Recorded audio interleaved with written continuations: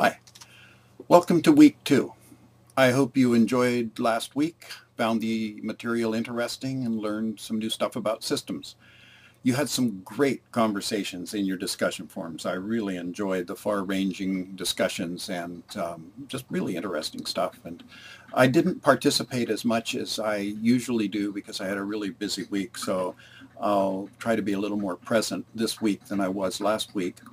I read more than I commented on. So if you yourself didn't participate as much last week as you would have liked to, I encourage you to dive in more deeply this week. Get started early, join the conversation. If you have something you're curious about, don't forget to ask others what they think about it. That's really a great way to generate response, is not just to say something, but say, hey, what do you guys think about this? And then that'll suck you into the conversation and you'll find the course even more interesting. Um, so here we go for week 2. This week we continue to track and pay attention to the basic nuts and bolts of systems thinking, more or less in the physical world. And so remember that the course has 2 threads that we track.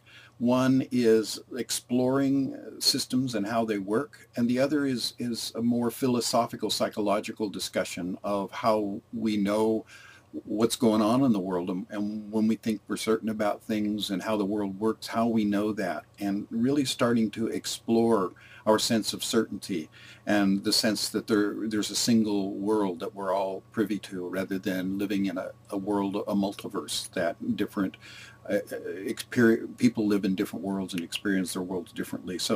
But this week we'll stay with the basics of systems. We'll finish the Kaufman booklet.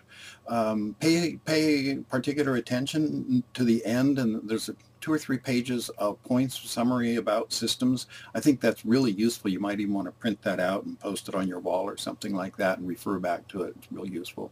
We go on to the 2nd chapter in the Meadows book, looking at the system zoo and different kinds of systems and how they work and characteristics of systems. Your stories last week were wonderful. I really enjoyed them, and thanks for posting them to the class-wide discussion. Did you read each other's stories, and what did you think of each other's stories? I hope you enjoyed that. In your team discussions, try to remember to keep them focused on the material we're exploring. I'm not saying to not go far afield, but relate things back to the course readings, the course material. And that way it sort of grounds the discussions, because it's very, very easy in this course to have your discussions just take off into the cosmos. Everything is interconnected one way or another. And so it takes some discipline to generate boundaries for yourselves. It's not that there's any hard boundaries that separate this course from the rest of learning and your thoughts and readings in the world, but there are useful boundaries that we can generate for ourselves depending on the circumstance. And so one way you might want to organize your discussions so that they don't, at the end of the week, you're not thinking, wow, that was fascinating, but we really didn't talk about, the readings and systems thinking very much. So you might want to dedicate one thread each week to just far-ranging discussions and keep the others more or less focused on the course material. But however you want to do it, be sure you don't neglect to discuss the course material in a deep and penetrating way. Let's see. So we're going to look at the Fraser River fisheries as one of the focuses of this week's discussion. As an example, it's no better than any other example, except it's really complex and multi-layered. All systems are, but this one in particular, some of you may be familiar with it. It's fairly close to campus, and so that's what we're looking at. Again, we're particularly paying attention to positive and negative feedback loops. Remember, positive and negative have no moral or ethical judgment attached to them. It simply means a negative loop is a stabilizing loop that tends to keep a system more stable, and an accelerating loop or a positive loop reinforces change. It speeds up change within the system. Some change leads to more change, where in a negative loop, change tends to lead to no change, or there's a target, and so the system wobbles around the target. So just be really clear on how those loops work. Get your thinking real clear on those. And the difference between an influence and a loop. So an influence is something that appears to come from outside. So for instance, you could say global warming is an influence on the salmon population, but in order to have it a loop, you have to then show how the change of salmon population could have an effect on global warming. Not saying it doesn't. If you expand the boundaries of a system, and so part of the Fraser River exercise is to establish boundaries, that you choose boundaries. So remember, boundaries on a system, all systems have boundaries. That's one of the aspects, characteristics of a system. And what it essentially means is that the elements inside the boundaries are interacting with each other more closely and more frequently than they are with elements outside the boundaries. But that doesn't mean that a boundary is sort of inherent in a system in any hard way, that it's the observer that determines the boundaries depending on their particular, what they're attempting to look at in modeling a system. And so you can set a boundary any number of different places for the same core system. But there are some skillful places to set a boundary, and some places that are not skillful or may be self-serving. And so, for instance, in a lot of industrial cost-benefit analysis, the boundaries of systems are set in such a way that many of the true costs are externalized. They're not considered to be part of the system. And so that's self-serving. It's not really based on where boundaries should be set in a coherent way that aligns with the world we experience. And so, for instance, in the salmon fisheries, watershed is an interesting boundary to look at. But if you just say, we're just going to look at the Fraser River itself and not the banks of the Fraser River, then that's setting an artificial boundary, that because the banks clearly, and what's going on the banks clearly have a powerful effect on what's going on within the system, and the system itself. And then also what's going on with the fisheries will have an influence through legislation, etc., on what goes on the banks. So just keep all that in mind. There are 3 different perspectives we're going to look at in the exercise, but be aware that all of those are in the context of the Fraser River fishery. So we look at 3 stocks. We look at the salmon stock, the fisherman stock, and the stock of industrial developers, riverbank developers.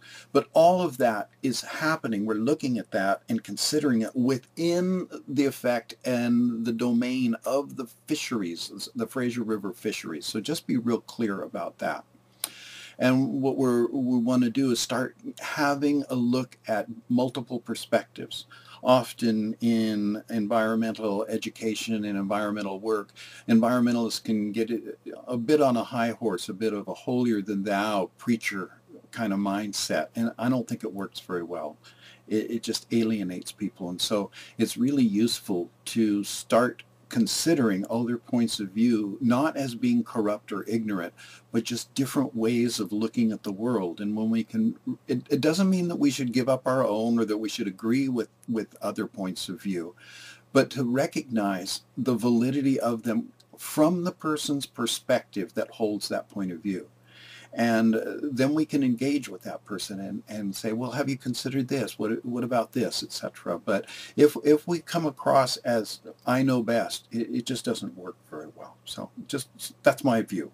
I don't know best, but that's my view of things, and so that's what I argue for.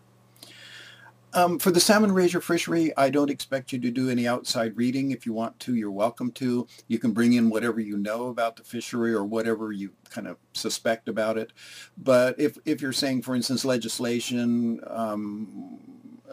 fishing season limits, etc., catch limit, can affect the fishery, I don't care that you include the specific seasons or catch limit, but simply that you acknowledge and recognize how that might affect the fishery.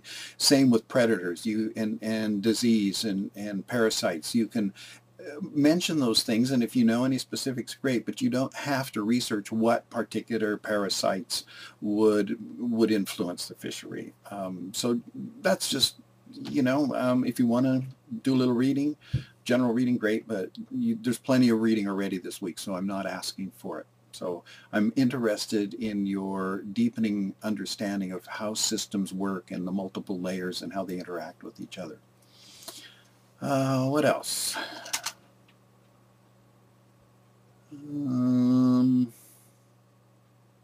On your team assignments, please remember to use styles.